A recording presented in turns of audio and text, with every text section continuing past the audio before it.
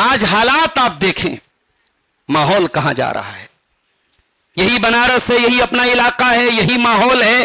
20 سال پہلے کا ماحول آپ کی نظروں کے سامنے جو ہمارے بزرگ حضرات بیٹھے وہ دیکھیں، اور آج کا ماحول دیکھیں. یہ سنڈے کے نام پہ، تفریح کے نام پہ کیا ہو رہا ہے؟ یہ گھاٹوں میں، یہ پارکوں میں، یہ ریسٹورنٹس میں کیا ہو رہا ہے؟ یعنی وہ دور، وہ ماحول جہاں ہم یہ توقع نہیں کرتے تھے کہ مسلمان لڑکیاں کہیں بے پردہ نظر آئیں گی، اس ماحول میں اب ہم یہ حالات دیکھ رہے ہیں کہ دھڑلے سے مسلمان لڑکیاں اپنے اپنے عاشقوں کے ساتھ ان تمام تفریح گاہوں میں نظر آ رہی ہیں. اور اکثر تو ایسا بھی دیکھنے میں آتا ہے کہ جس کے ساتھ وہ نظر آ رہی ہے وہ مسلمان بھی نہیں ہے.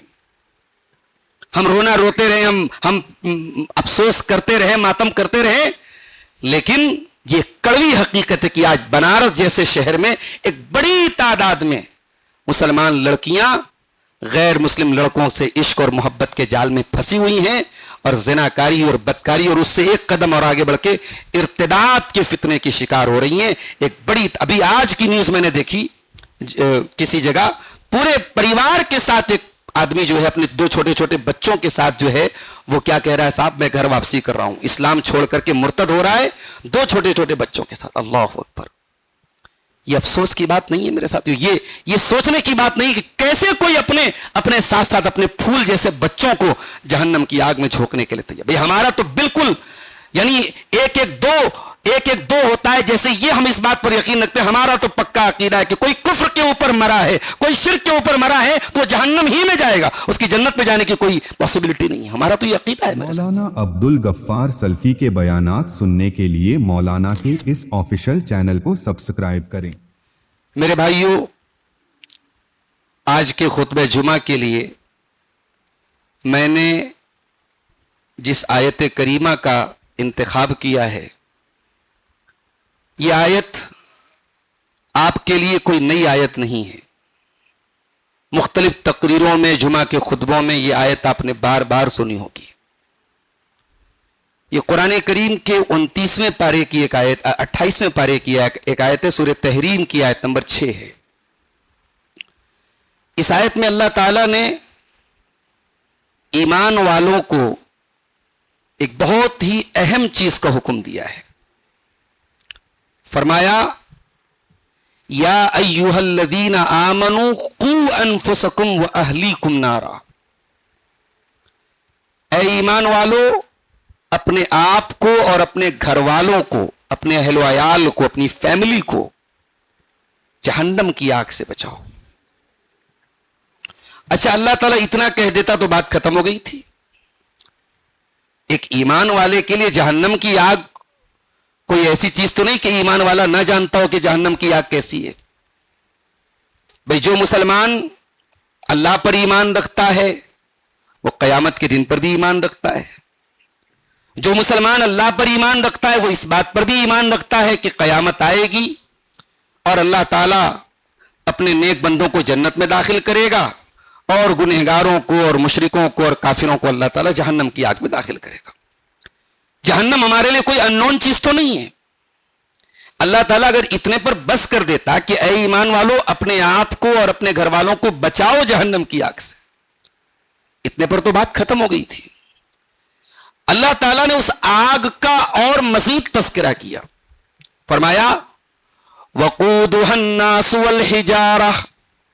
اس آگ سے بچاؤ اپنے گھر والوں کو جس آگ کا ایندھن انسان اور پتھر ہوں گے.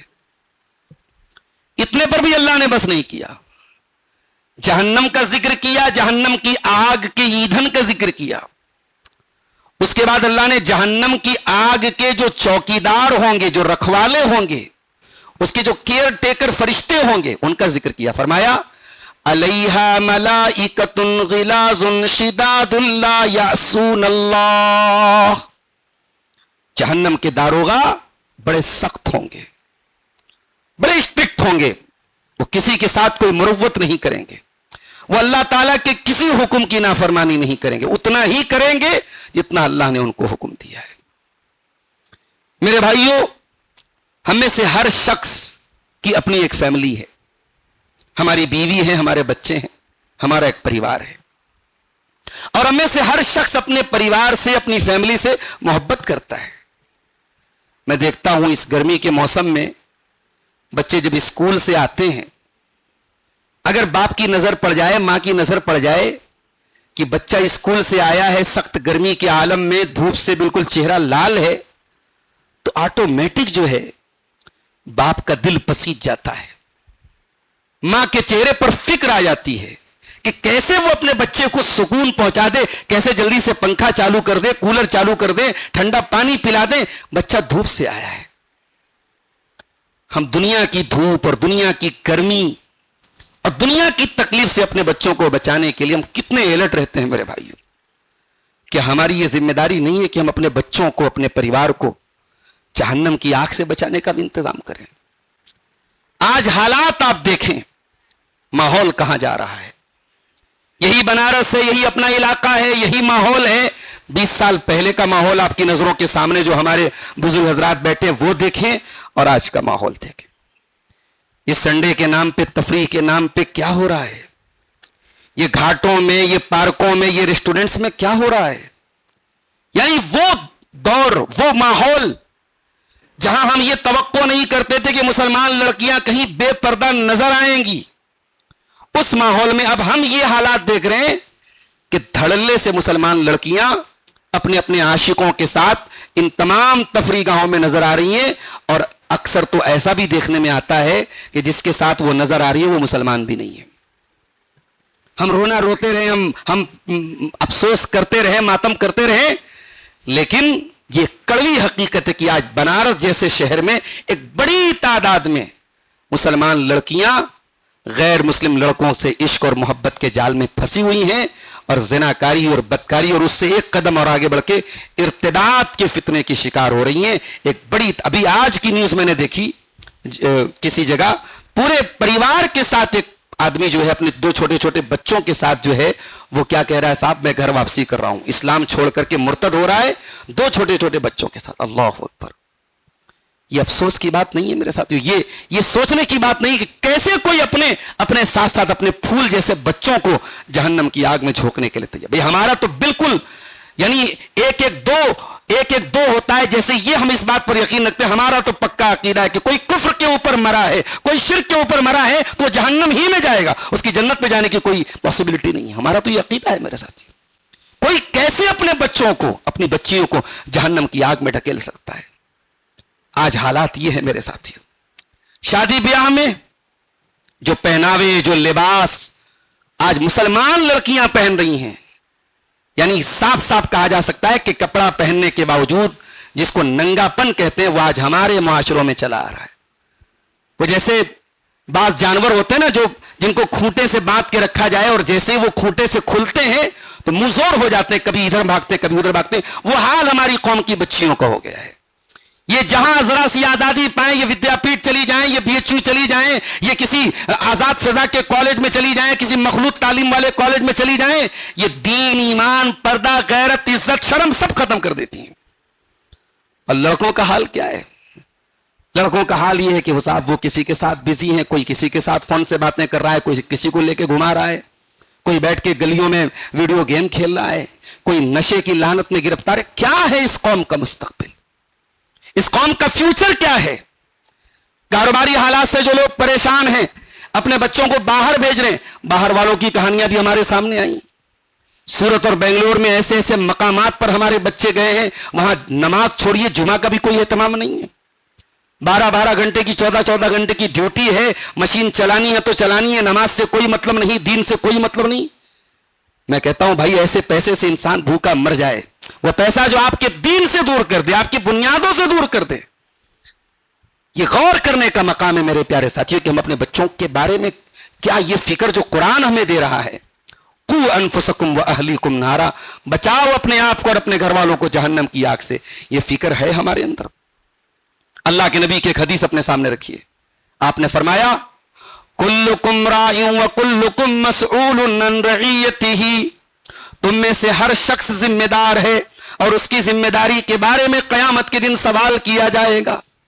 جیسے آپ سے یہ سوال ہوگا کہ آپ نے نماز پڑھی کہ نہیں پڑھی, جیسے آپ سے یہ سوال ہوگا کہ آپ نے دنیا میں زندگی کیسی گزاری، جوانی کیسی گزری، ویسے یہ بھی سوال ہوگا کہ 4 بچے تھے آپ کے، 3 بیٹیاں تھیں آپ کی، ان بیٹیوں اور بیٹوں کی تربیت آپ نے کیسے کی، ان کی آخرت کے تعلق سے آپ کے اندر کتنی چنتا تھی، وہ نماز نہیں پڑھتے تھے، آپ نے کتنی بار ان کی پکڑ کی۔ آج موبائل کی دکانوں پہ چلے جائیے، مسلم علاقوں میں جتنی موبائل کی دکانیں ہیں، آپ کو بڑی تعداد میں برقع نشین لڑکیاں آپ کو مل جائیں گی۔ یہ کون لڑکیاں ہیں بھائی؟ اگر یہ کنواری ہیں تو یہ خود ریچارج کروانے کیوں آ رہی ہیں؟ ان کے موبائل میں کوئی مسئلہ ہے تو یہ خود کیوں؟ ان کے گارجین کہاں چلے گئے؟ اور یہ شادی شدہ ہے تو ان کے شوہر، ان کے بیٹے یا ان کے بھائی کہاں گئے؟ کیا حالات ہم نے بنا کے رکھے میرے ساتھیوں۔ یہ جو گارجین کی طرف سے جو کوتاہی ہے، گارجین کو جواب دینا پڑے۔ کلکم راعی وکلکم مسئول عن رعیتہ، اللہ کے نبی نے فرمایا تم کو حساب دینا پڑے گا قیامت کے دن۔ یہ بچے بہت بڑی نعمت ہیں۔ ایک شادی شدہ جوڑا شادی کے بعد اس کے لیے سب سے پہلا ٹارگٹ یہ ہوتا ہے کہ ہمارے گھر میں بچے کی کلکاری گونجے۔ 2-4 سال شادی کے ہو جائیں، بچے نہ ہو تو پریشان ہو جاتے ہیں، لوگ جواب دیتے بھئی کیا بات ہے، ڈاکٹروں کے چکر لگانے لگتے ہیں، کیا مسئلہ، کوئی مسئلہ تو نہیں ہے۔ اولاد کا ہونا بہت بڑی نعمت ہے۔ آج جمعہ کا دن آپ نے سورہ کہف پڑھی ہوگی، سورہ کہف میں یہ آیت بھی آپ نے پڑھی ہوگی، المال والبنون زینۃ الحیات الدنیا والباقیات الصالحات خیر عند ربک ثوابا وخیر عملا۔ مال اور اولاد دنیا کی زندگی کی زینت ہے۔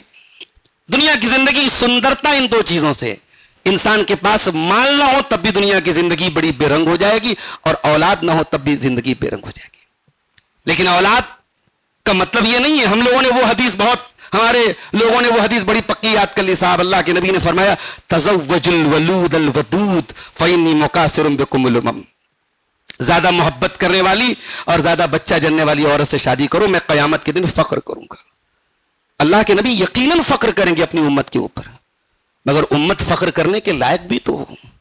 یہ نشہ کرنے والی، یہ دن رات، میں مدرسے میں پڑھاتا ہوں، ابھی کلاس 6 میں پڑھا رہا تھا، درجہ 6 میں، چھوٹے چھوٹے بچے، 12 سال کے، 13 سال کے بچے ہی بتا رہے کہ مولوی صاحب یہ جو ہے گیم کھیلتا ہے اور گیم پہ جوا لگاتا ہے۔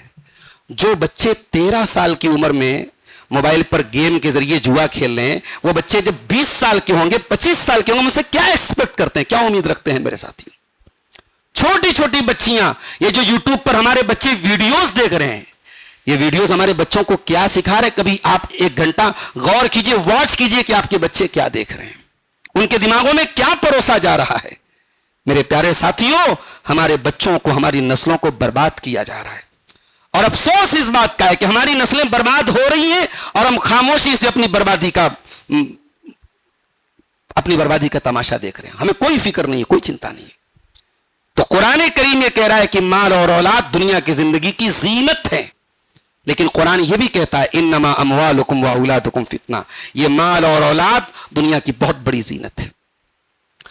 اب سوال یہ پیدا ہوتا ہے کہ تربیت ہم کیسے کریں اپنے بچوں کی؟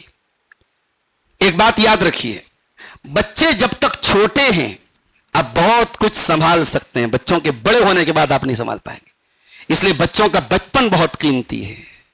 بڑے بدنصیب ہیں وہ لوگ جو اپنے بچوں کے بچپن سے محروم ہو جائیں، جنہیں اپنے بچوں کا بچپن دیکھنے کو نہ ملے۔ کوشش کیجئے کہ دنیا میں سکھ اور چین اور آرام سے کمپرومائز کر لیجئے، مگر بچوں کا بچپن اپنی آنکھوں کے سامنے دیکھنے کا موقع مت چھوڑیے میرے ساتھی۔ بچوں کو ماں باپ کا اصل پیار اور توجہ اور تربیت وہ بچپن میں ملنی چاہیے۔ اللہ کے نبی نے کیوں فرمایا کہ بچے 7 سال کے ہو جائیں تو نماز کا حکم دو، مروا اولادکم بالصلاۃ وهم ابناء 7، جب تمہارے بچے 7 سال کے ہو جائیں تو نماز پڑھنے کا حکم دو، اور 10 سال کے ہو جائیں اور نماز نہ پڑھے تو ان کی پٹائی کرو۔ کیوں کہا اللہ کے نبی نے؟ 18 سال کا ہو جائے گا تو آپ پٹائی نہیں کر پائیں گے۔ وہ 7 سال سے لے کر 10 سال تک کا بچہ جب لگاتار 3 سال تک اپنے ماں باپ کے ساتھ نماز کی پابندی کرے گا تو 10 سال کے بعد اگر وہ نماز نہیں پڑھے گا تو ایک ہی مطلب ہے کہ بچہ جو ہے وہ سرکش ہو رہا ہے، اب اس کی پٹائی کی ضرورت ہے۔ مجھے افسوس کے ساتھ کہنا پڑتا ہے، آپ کی اس مسجد کے بارے میں مجھے بعض لوگوں نے بتایا کہ نمازیوں کی تعداد دن بدن بہت کم ہو رہی ہے۔ کیا سوچ کر کے یہ مسجد بنی تھی؟ ہم نے کیا کیا ارادے تھے ہمارے؟ ہمیں تو وہی شعر یاد آ رہا ہے، مسجد تو بنا لی شب بھر میں ایما کی حرارت والوں نے، من اپنا پرانا پاپی تھا برسوں میں نمازی بن نہ سکا۔ مسجدیں آج موجود ہیں, مسجدیں بن گئی ہیں اور بڑے جوش اور جذبے کے ساتھ بنی ہیں, اور نئی مسجدیں بن رہی ہیں, مگر بننے کے بعد میرے بھائیوں ہم کہتے ہیں صاحب فلاں کی بڑی بری نظر ہے اور فلاں ہماری مسجد کو گرانا چاہتا ہے اور فلاں ہماری مسجد. ہم پہلے اپنی مسجدوں کے دشمن ہیں. اسی بنارس کی بعض مسجدوں کے بارے میں مجھے معلوم ہوا کہ وہاں بعض نمازوں میں تالا تک نہیں کھلتا ہے. عصر کی نماز میں آپ چلے جائیں, تالا, کوئی ایک آدمی بھی ایسا نہیں جو آ کر کے اذان دے اور نماز پڑھے. مسجدیں بن گئی ہیں صاحب, لاکھوں کی مالیت لگا کر کے مسجد قائم ہو گئی, کوئی آباد کرنے والا نہیں ہے میرے پیارے ساتھی.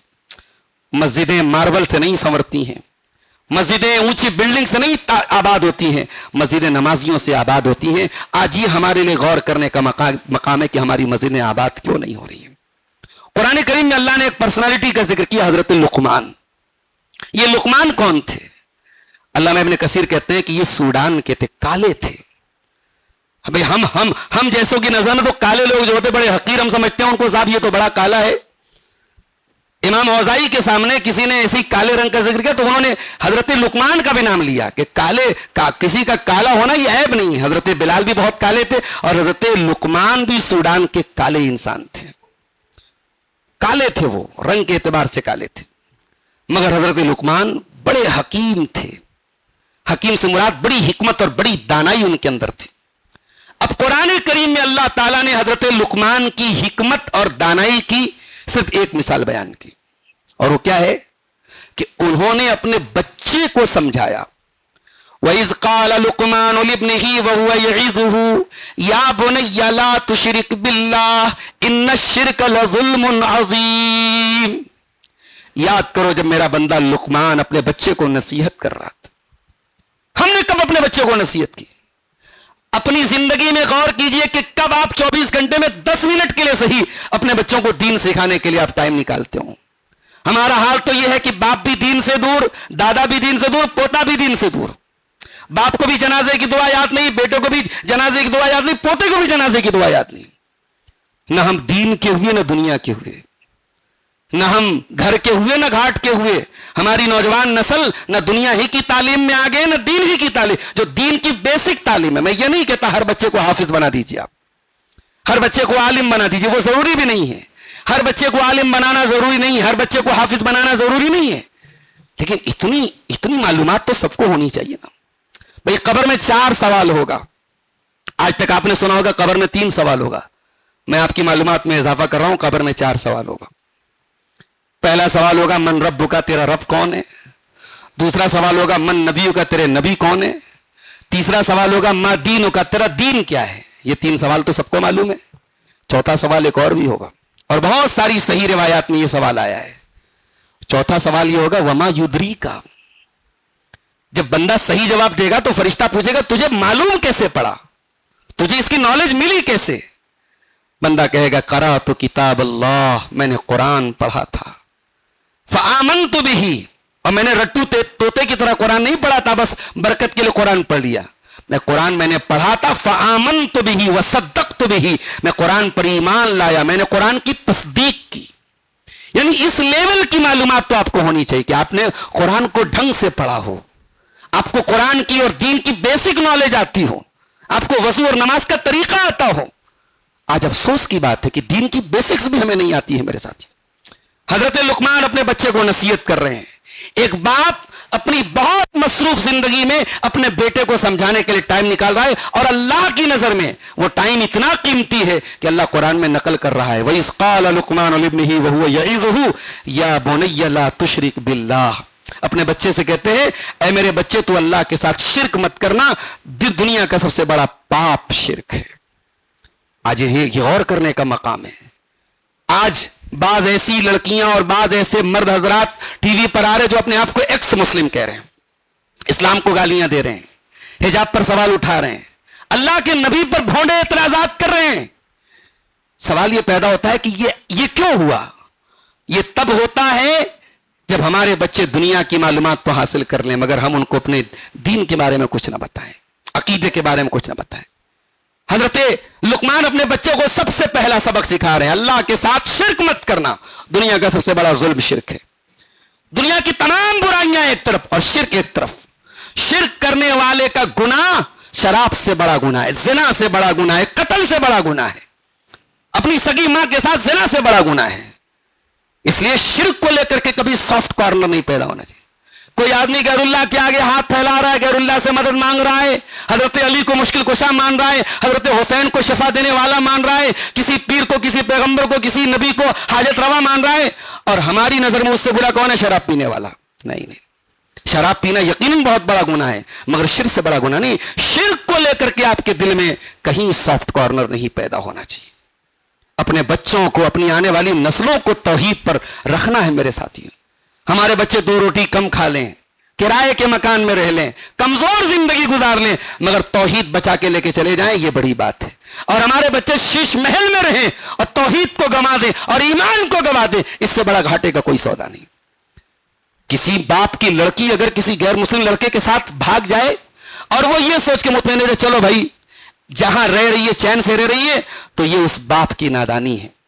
اگر کسی مشرک اور کسی شرک کرنے والے کے گھر میں لڑکی جا کر کے وہ شیش محل میں بھی رہ رہی ہے اور وہاں وہ شرک و کفر میں اپنے شوہر کا تعاون کر رہی ہے, تو اس سے بہتر غریب کی وہ بیٹی ہے جو جھوپڑی میں جا کر کے تکلیفیں اٹھاتی ہے مگر لا الہ الا اللہ کا کلمہ پڑھتی ہے, توحید پر رہتی ہے. میرے پیارے ساتھی, اس لیے توحید کی حفاظت کیجیے. پہلا سبق حضرت لقمان نے یہ دیا.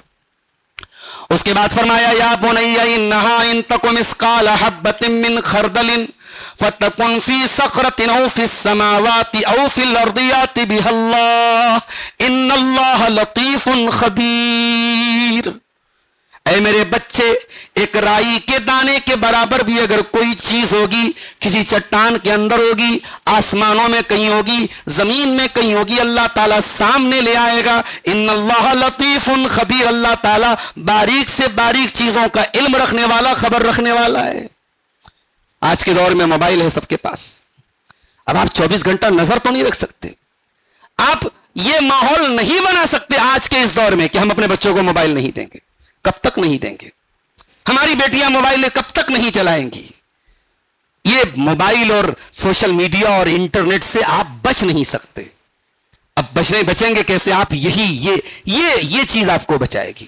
یہ ڈر اگر آپ کے اندر ہے, آپ کے بچوں کے اندر ہے کہ ہے وہ کوئی طاقت جو اندھیرے میں بھی جانتی ہے کہ ہم کیا کر رہے ہیں, جو کالی رات میں کالے پہاڑ پہ چلنے والی کالی چیونٹی کی چال سے بھی واقف ہے کوئی اللہ جس نے یونس کی دعا کو سنا تھا جب دنیا کا کوئی ٹاور, کوئی نیٹ ورک کی کوریج نہیں تھی, جہاں پہ مچھلی کے پیٹ کا اندھیرا تھا, سمندر کا اندھیرا تھا, رات کا اندھیرا تھا, اور وہاں یونس نے پکارا تھا لا الہ الا انت سبحانک انی کنت من الظالمین. اللہ نے وہاں بھی یونس کی دعا کو سنا تھا. یہ اپنے بچوں کو ہمیں سکھانا ہے, یہ بچپن سے سکھانا ہے. اللہ وہ ہے, اللہ کا علم وہ ہے, اللہ کی قدرت وہ ہے. حضرت عبداللہ ابن عباس رضی اللہ تعالیٰ عنہ تقریباً 8 یا 9 سال کے تھے نبی کے انتقال کے وقت. اللہ کے نبی کے ساتھ بیٹھے تھے سواری کے اوپر, اللہ کے نبی آگے بیٹھے تھے, وہ پیچھے بیٹھے تھے. اللہ کے نبی 8-9 سال کے بچے سے کہتے ہیں کہ اے بچے, میں تجھے کچھ باتیں سکھا رہا ہوں, غور سے سننا. جب بھی سوال کرنا اللہ سے سوال کرنا, اور جب بھی مدد مانگنا اللہ سے مدد مانگنا. اور اے میرے بچے یاد رکھ, اگر ساری دنیا مل کر کے تجھے کوئی فائدہ پہنچانا چاہے نہیں پہنچا سکتی سوائے اس کے جو تیرے مقدر میں لکھا ہے. اللہ کے نبی 8-9 سال کے بچے کو توحید سکھا رہے ہیں, تقدیر سکھا رہے ہیں. میرے پیارے ساتھیوں, یہ سبق ہمیں ملا, حضرت لقمان نے بھی دیا کہ اپنے بچوں کے دل میں اللہ کا خوف پیدا کریں. چونکہ جمعہ کا خطبہ وقت بہت مختصر ہوتا ہے, ایک اہم چیز ہمیں اولاد کی, بچوں کی تربیت کے تعلق سے, خاص طور سے اس ماحول میں ہمیں یہ بھی یاد رکھنی چاہیے, بچوں کے لیے سب سے بڑا رول ماڈل ان کے ماں باپ ہوتے ہیں. آپ بچوں سے جو کہتے ہیں اس سے زیادہ بچے اس سے سیکھتے ہیں جو آپ کرتے ہیں. کبھی آپ نے دیکھا وہ چھوٹی چھوٹی بچیاں جو ہوتی ہیں ماں کو میک اپ کرتے دیکھے, وہ بھی جو ہے وہ اپنے چہرے پہ کبھی لپسٹک لگا رہی ہے, کبھی گال پہ جو ہے فیس پاؤڈر لگا رہی ہے, وہ ماں کو دیکھ کے. ماں کہتی نہیں ہے. باپ جو ہے جس انداز میں چشمہ پہنتا ہے, بیٹا اپنے گھر میں آتا ہے چھوٹا بچہ, وہ باپ کے انداز میں چشمہ پہنتا ہے. تو ماں باپ اپنے بچے کے لیے سب سے پہلے رول ماڈل بنے. آپ نمازی نہیں ہیں, آپ اپنے بچوں کو کس منہ سے نمازی بنائیں گے؟ اگر آپ نماز کی پابندی نہیں کرتے, آپ اپنے بچوں سے نمازی بننے کی توقع مت رکھیے. اگر ایک عورت خود بے پردگی کرتی ہے اور اپنی بچی سے یہ توقع رکھتی ہے کہ وہ با پردہ بنے, ممکن نہیں ہے میرے پیارے ساتھی. ہم خود حلال و حرام کی فکر نہ کریں اور ہم یہ توقع رکھیں کہ ہمارے بچے حلال و حرام کی بڑی فکر کریں، یہ نہیں ہو سکتا ہے۔ اسی لیے قرآن کریم میں اللہ تعالیٰ نے جب نماز کا حکم دیا فرمایا وَأْمُرْ أَهْلَكَ بِالصَّلَاةِ وَاسْتَبِرْ عَلَيْهَا، اپنے گھر والوں کو نماز کا حکم دو اور خود بھی نماز کی پابندی کرو۔ اسی طریقے سے سورہ کہف آج آپ نے پڑھی ہوگی، سورہ کہف میں اللہ نے ایک واقعہ بیان کیا، جب حضرت موسیٰ جا رہے تھے حضرت خضر کے ساتھ، ایک بستی سے گزرے، بستی والوں سے کھانا مانگا، انہوں نے کھانا نہیں کھلایا، دونوں بیچارے بھوکے پیاسے بیٹھے ہوئے تھے، ایک مکان کی دیوار گرنے والی تھی، حضرت خضر آگے بڑھے اور انہوں نے دیوار کو ٹھیک کر دیا۔ حضرت موسیٰ کو بڑا غصہ آیا، کہا کہ آپ نے کیوں ٹھیک کر دیا؟ تو حضرت خضر نے جواب دیا کہ یہ جو دیوار تھی وَأَمَّا الْجِدَارُ فَكَانَ لِغُلَامَيْنِ يَتِيمَيْنِ فِي الْمَدِينَةِ، یہ دو یتیم بچوں کے مکان کی دیوار تھی، دو یتیم بچوں کے مکان کی دیوار تھی، باپ نہیں تھا ان کا، لیکن باپ جو مر چکا تھا وَكَانَ أَبُوهُمَا صَالِحًا، باپ نیک تھا، باپ نیک تھا، اور دیوار کے اندر باپ نے خزانہ دبا کے رکھا تھا اپنے بچوں کے لیے۔ اللہ نے مجھے حکم دیا کہ میں دیوار ٹھیک کر دوں تاکہ خزانہ باہر نہ نکلے، اور جب بچے بڑے ہو جائیں، جوان ہو جائیں، تب اپنے باپ کا خزانہ حاصل کر لیں۔ علامہ ابن کثیر لکھتے ہیں اس آیت کی تفسیر میں کہ ان دونوں بچوں کے خزانے کی حفاظت اللہ نے باپ کی نیکی کی وجہ سے کی ہے۔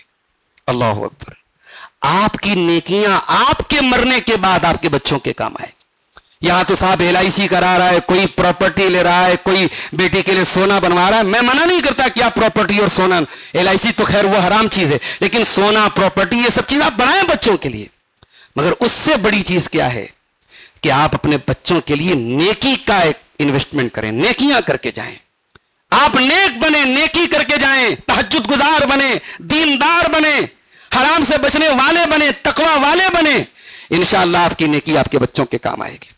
اور انشاءاللہ اگر ہم نیک بنیں گے اور جنت میں ہم جب پہنچیں گے اور ہمارے بچے اگر اس لیول تک نہیں پہنچ پائے جس لیول پر باپ ہے، باپ کا لیول الگ ہوگا، بچوں کا لیول الگ ہوگا، تو اللہ تعالیٰ باپ کے ساتھ بچوں کو ملا دے گا۔ اللہ نے سورہ کہف میں فرمایا والذین آمنوا واتبعتهم ذریتهم بایمان الحقنا بهم ذریتهم وما التناهم من عملهم من شیء، جو ایمان والے اور نیک عمل کرنے والے ہوں گے ہم ان کے بچوں کو جنت میں ملا دیں گے ان کے ساتھ۔ دعا کیجیے رب العالمین ہم سب کو اپنے پریوار کے ساتھ، اپنی فیملی کے ساتھ ہمیں ایسا عمل کرنے کی توفیق دے جس عمل کی بدولت ہم جنت میں ساتھ میں جائیں۔ اللہ تعالی ہمیں اپنی نوجوان نسل کے تعلق سے فکر مند ہونے کی توفیق عطا فرمائے۔ اللہ ہمارے نوجوانوں کی بھی حفاظت فرمائے، ہر لغو چیز سے، ہر حرام چیز سے، ہر بیہودہ چیز سے اللہ تعالیٰ ہمارے نوجوان بھائیوں کی بھی اور ہماری بہنوں کی بھی حفاظت فرمائے۔ جو ہم میں سے بے نمازی ہیں اللہ ان کو نمازی بنا دے، جو بے روزگار ہیں اللہ ان کو روزگار میں برکت عطا فرما دے، جو روزی روٹی سے پریشان ہیں اللہ ان کو حلال روزی عطا فرما دے، جو بیمار ہیں اللہ ان کو شفاء کاملہ عاجلہ عطا فرما دے۔ رب العالمین ہر قسم کی ذہنی جسمانی تکلیفوں سے ہم سب کی حفاظت فرمائے۔ رب العالمین ہمیں دنیا میں جب تک ہم زندہ رہیں ایمان پر قائم رکھے اور ہمارا خاتمہ توحید اور ایمان پر ہو، آمین وآخر دعوانا ان الحمدللہ رب العالمین۔